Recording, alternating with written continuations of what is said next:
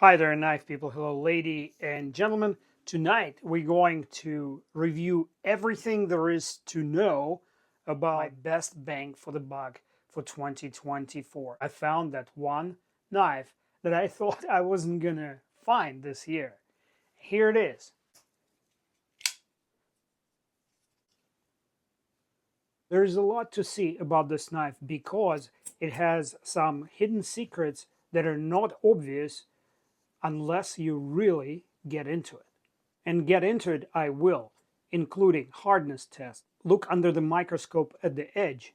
I will also show you, but hey, I'm getting a little bit ahead of myself. Introducing Chavez Redencion 229.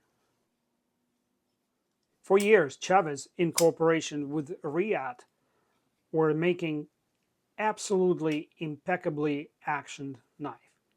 If you own a Shirogurov and don't own a Chavez, you are owning a lesser knife. And for a lot more money. Because even on the worst day, a fully decked out titanium with every bell and whistle, kickstop, flipper, Chavez will set you back around 400 bucks. But this is Blue Label, a Chavez entry into quote unquote budget market.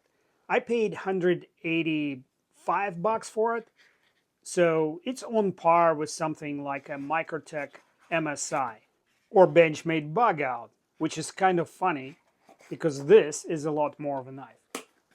The action is absolutely impeccable. Easy day. It comes with black micarta overlays over a stainless steel frame.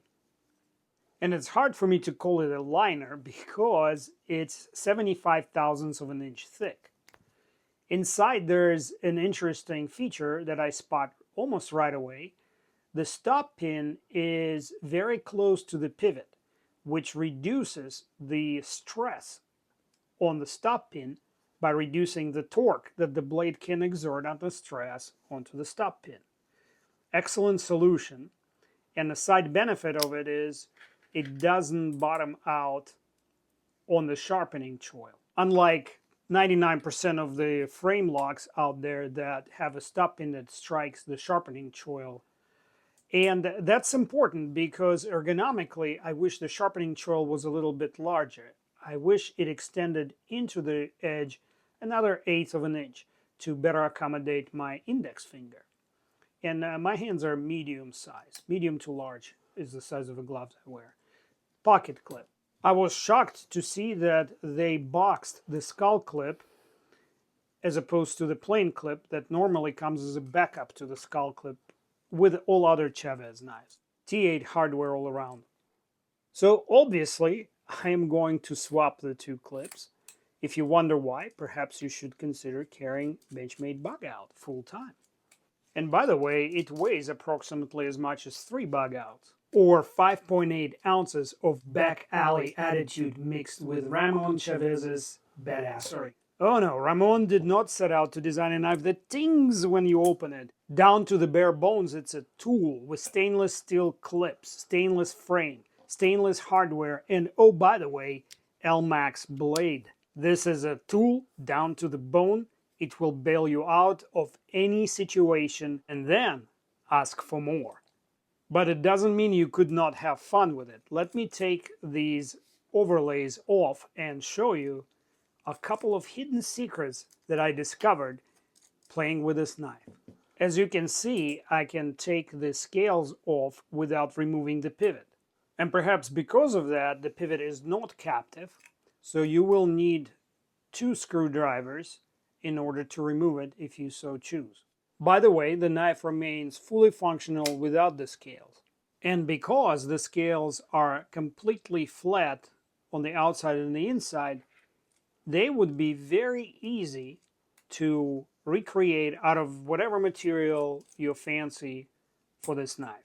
And in a couple interviews, Ramon already said that they will be producing aftermarket scales manufactured for the Blue Label series of the knife. And speaking of the manufacturing, look at this laser thin line that separates the lock bar from the rest of the frame.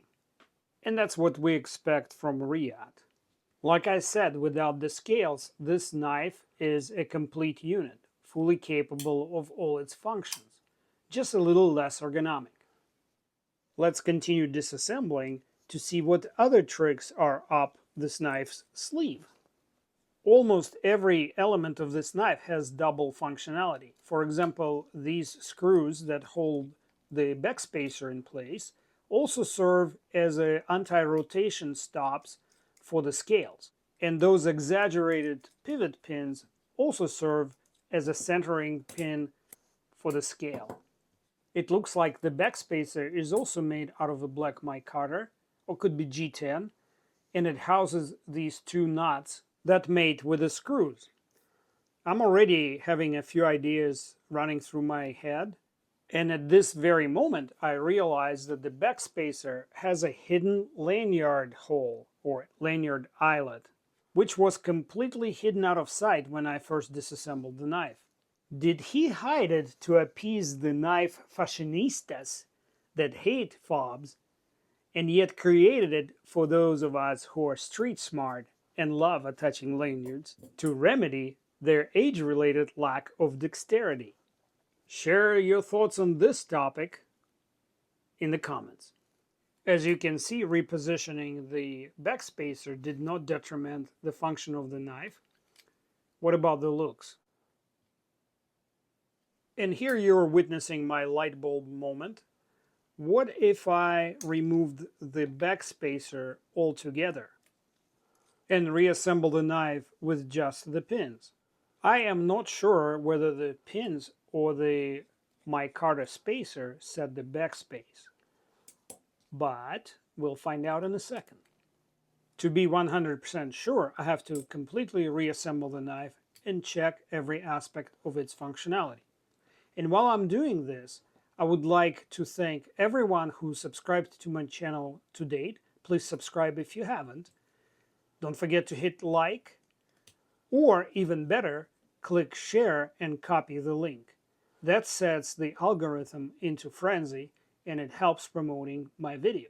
Of course, if you prefer to get all your knife-related information from channels that profit through affiliations and providing clicky links for you to buy knives so that they can make a commission. And believe me, I appreciate how hard they work to make a living off of selling knives. I am not planning to do that. So just watch the video and enjoy it. Quick inspection here. I don't see any issues associated with removing the backspacer. And I already see that I can attach a lanyard or fob, whatever you want to call it, to this knife without doing anything else. I also would like to thank everyone who purchased super things. These small donations go a long way in sustaining my channel. Beautiful. I love it. What else can I say? Please do let me know which pocket clip would you carry this knife with. The plain one is about 1/8 of an inch longer, but I don't think it affects functionality at all. And speaking of functionality, let me attach the fob or lanyard that I had in mind and show you how it works in the pocket. And I found a perfect bit to go with this black leather cord, shaped as a skull. It inserts easily in my daily pants, like regular thin material pants. Comes out very easily, again. No problem here. Let me try pants with a thicker pocket trim. I have these heavy-duty lumberjack style pants with pocket trims that are very thick. It's the thickest ones I could find. Again, it actually goes in a little easier because this trim helps to spring the clip out. What if I just use my thumb and an index finger? How will it do that? I think it's important to know, what the fuck? It just opened like an Emerson wave. What's going on here? Was this intentional? or just coincidence? You know what I think it is? It's the thumb studs catching on this overlay of the seam because it has like an inner edge there. I don't think any of my other knives can do it. And speaking of other knives, let's compare it to some other heavy-duty knives that I have in my possession, like this Adamas and Mini Adamas. And Redencion fits kind of in between, both in blade length and the handle length. Definitely feels just as ergonomic as the Adamas family, which are my favorite Benchmade. Another interesting comparison would be Microtech MSI, which seems like a bigger knife, but not by much. 1/4 inch in the handle and about 1/4 inch in the blade length. But if you look at the actual sharpened edge length, I think the Redencion has as much sharpened edge thanks to its interesting blade shape. And since we are talking about the blade, let's take a quick look under the microscope at what Reate made for Chavez knives. My microscope is on the left and the iPad it's connected to is on the right. Magnification is about 20x. And here's the edge. The left side of the edge looks great. Let's look at the right side. Check out this beautiful satin finish on the compound grinds here. Ah, I see something. This right here is burr. I don't think this blade was stropped. Can I actually feel it? Nope. But I resharpen all the knives that I carry because none of the factory edges actually meets my sharpness criteria. Now I need to look at the tip because I spotted something earlier that I just wanted to confirm here under the microscope. I'm keeping this secondary bevel dark, deliberately not turning it toward the light because I want to measure it with a measuring tape and compare it to the other side. Let's go across perpendicular to the edge. I'm getting 5/8 of an inch. Let's flip it over and measure the other side. As you can see, the secondary bevel looks a little narrower on this side. Let's verify my suspicion. Okay, I get 3/8. On the screen, it's 1/4 of an inch different, or 12.5 thou if you divide it in magnification. And it looks like the tip has some kind of damage too. Let's see the other side. Now that could be a post-factory that it received sitting in the store for 3 days. Maybe somebody clipped the glass countertop. That would do it. And it's different widths near the sharpening choil as well. I could say something profound like, hey, the lack of perfection is perfection itself. But honestly, I would expect a little better. All my Reates have that same exact thing. They are asymmetrical in the secondary bevel. Every single one of them, even the more expensive ones. Another nitpick, I wish the primary bevel did not have this beautiful satin finish. I wish the blade was tumble finish, like it is around this cool logo, because it's a working knife, you know, $180, you can conceivably see somebody using it for actually doing work. Yeah, that was a little remnants of Loctite around the thumb stud hole. You see satin finish. This is a beautifully executed detent ramp, by the way. Reate's machining is second to none. Satin finish shows scratches very easily, no matter how hard the blade is. And speaking of hardness, this is my Leeb hardness tester. It is calibrated using this block, which is certified to 787 points on a Leeb scale. I start by validating the calibration is still good. For that, I strike the block 5 times and get the average. Leeb scale has much finer resolution than Rockwell scale. That's why I'm using it for validation. We're off by just 1 point, which is equivalent to 0.07 points on a Rockwell scale. See, that would not even be detectable on a Rockwell tester. Time to put the blade on the block, and to facilitate the best possible continuity, I am applying this non-compressible gel to absorb any cavities that may exist between the blade and the block. Let me reset the tester real quick and make sure it's in the HRC scale right now. I'm starting the stopwatch to show you that this next segment is continuous, uninterrupted, and not edited, as evidenced by a continuous sweep of the stopwatch hand. This test is a lot more accurate than the Rockwell test because it takes average of 5 strikes and there are no mechanical components other than the probe itself in the entire system, as opposed to Rockwell tester that has levers, screws, and hydraulic valves, all of which have tolerances. The beep means average is coming up.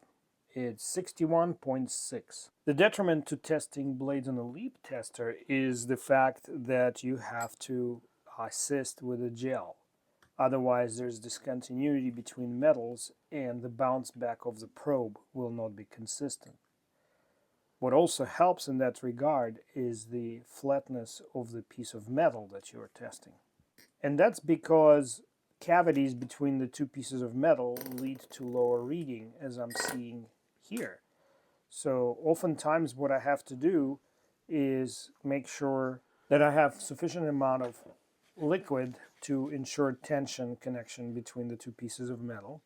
That's why I'm adding a little bit right now. And that the side that I'm striking is completely dry and clean, free of oils, gel, or anything else. So let's continue to see what happens next.